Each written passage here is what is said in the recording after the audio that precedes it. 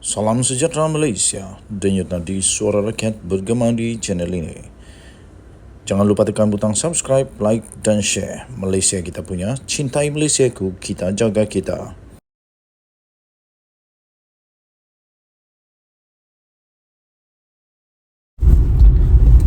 Salam sejahtera Malaysia, denyut nadi suara rakyat bergema di channel ini.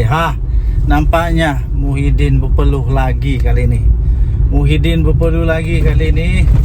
Kerana apa? SPRM menyiasat individu dan peguam yang terlibat dalam rasuah dan pengubahan wang haram untuk 1MDB. Apa kena mengena Muhyiddin pula dengan siasatan daripada SPRM kali ini, sehingga serbuan daripada 12 orang pegawai SPRM kepada pejabat peguam tersebut dan merampas dokumen yang boleh dijadikan bukti. Apa kena mengena dengan Muhyiddin? Apa kena mengena dengan Muhyiddin pula kali ini? Ini memang panas. Tak habis-habis, satu demi satu. Satu menang, satu keluar. Jadi betul lah Muhyiddin belum selamat lagi pada ketika ini. Tapi kali ini siapa pula yang bakal kena? SPRM, siasat individu, peguam yang terlibat dalam rasuah, pengubahan wang haram 1MDB daripada Kosmo. Ini berita dari Kosmo. Suruhanjaya Pencegahan Rasuah Malaysia atau SPRM sedang menyiasat penglibatan beberapa individu didakwa terlibat dalam rasuah dan pengubahan wang haram semasa usaha pemulihan aset One Malaysia Development Berhad 1MDB oleh kerajaan. Bahaya ni. Adakah ada wang 1MDB yang kena curi kah? Itu soalan betul-betul besar. Menurut sumber, salah seorang individu yang terlibat adalah seorang peguam. Yang didakwa telah menerima sejumlah wang rasuah. Dikatakan telah dilaburkan di dalam sebuah syarikat yang menjalankan pelaburan tidak berlesen, serta pernah diambil tindakan oleh Bank Negara Malaysia BNM pada tahun 2021. Pelik jugalah peguam ni. Dah lah duit tak betul. Lepas itu dilaporkan pula kepada syarikat tak betul. Pening. Tak tahulah kenapa peguam ni tak tahu kah benda tu. Peguam terlibat juga sebelum ini dikatakan telah dilantik oleh 1MDB bagi menyelesaikan isu aset 1MDB dengan syarikat luar negara. Inilah yang dinamakan harapkan pegar makan padi. Pegawai SPRM telah hadir ke firma guaman terlibat pada hari ini bagi mendapatkan dokumen berkaitan penyiasatan tersebut, katanya di sini. Sementara itu, Ketua Pesuruhjaya SPRM sendiri, iaitu Tan Sri Azam Baki, ketika dihubungi telah pun mengesahkan siasatan tersebut. Menurut beliau, kes itu disiasat di bawah Akta SPRM 2009 serta kesalahan di bawah Akta Pencegahan dan Pengubahan Wang Haram, Pencegahan Pembiayaan Keganasan dan Hasil Pembiayaan Aktiviti Haram AMLA TFPUAA 2001, ujarnya dalam kenyataan itu. Tambah Azam Baki lagi, SPRM juga menafikan kehadiran pegawainya ke premis peguam tersebut menyalahi mana-mana akta yang berkuat kuasa, kerana pihaknya telah mematuhi semua peraturan serta telah menyedari privasi antara peguam tersebut dan klien-kliennya.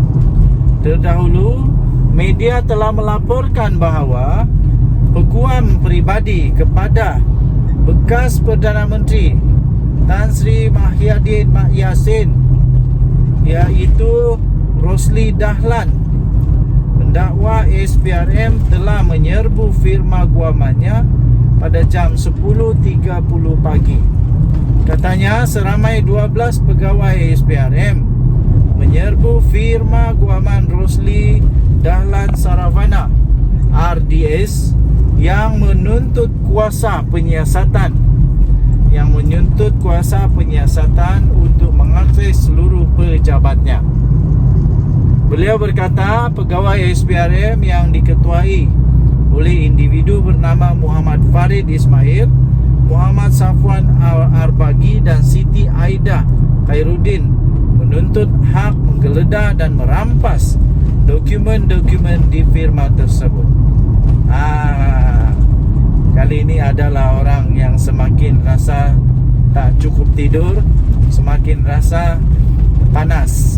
Tapi ini rasanya tak ada kaitan dengan Muhyiddin lah kot. Tak ada, itu kan peguam dia saja.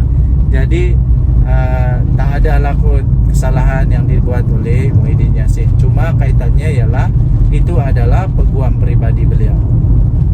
Jadi harap-harap semuanya okey-okey saja. Harap-harap tak ada lah kaitan dengan Muhyiddin pula. Harap-harap ini hanya kepada peguam ini sahaja. Kita doakan yang terbaik untuk negara Malaysia. Denyut Nadi Suara Rakyat bergema di channel ini. Jangan lupa tekan butang subscribe, like dan share. Bye. Salam sejahtera Malaysia. Denyut Nadi Suara Rakyat bergema di channel ini.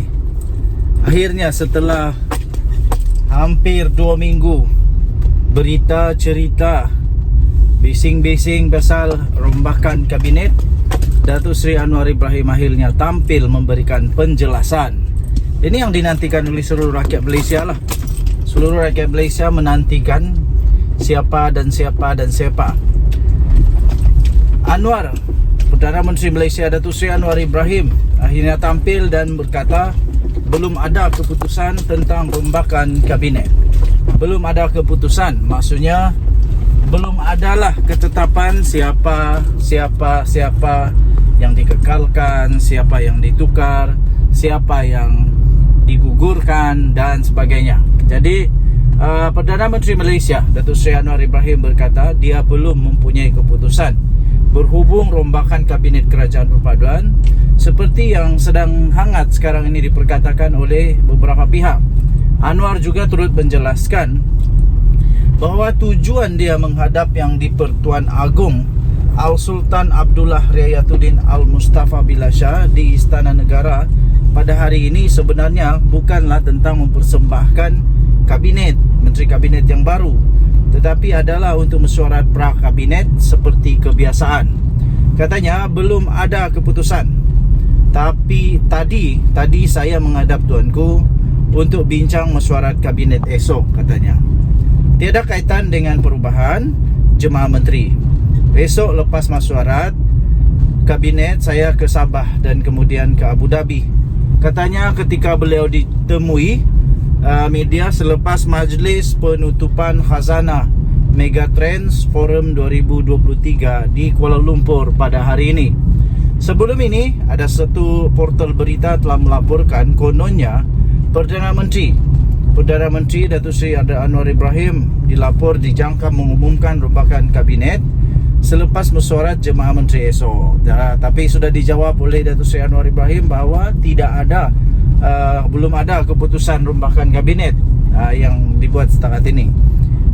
Ditanya mengenai isu jerebu pula yang melanda beberapa negeri ketika ini, Datuk Seri Anwar Ibrahim berkata, Menteri Sumber Alam Sekitar dan Perubahan Iklim iaitu Nik Ahmad diarahkan supaya mengkoordinasi dengan rakan sejawatnya dalam ASEAN, termasuklah Indonesia, untuk menangani jerebu rentas sempadan.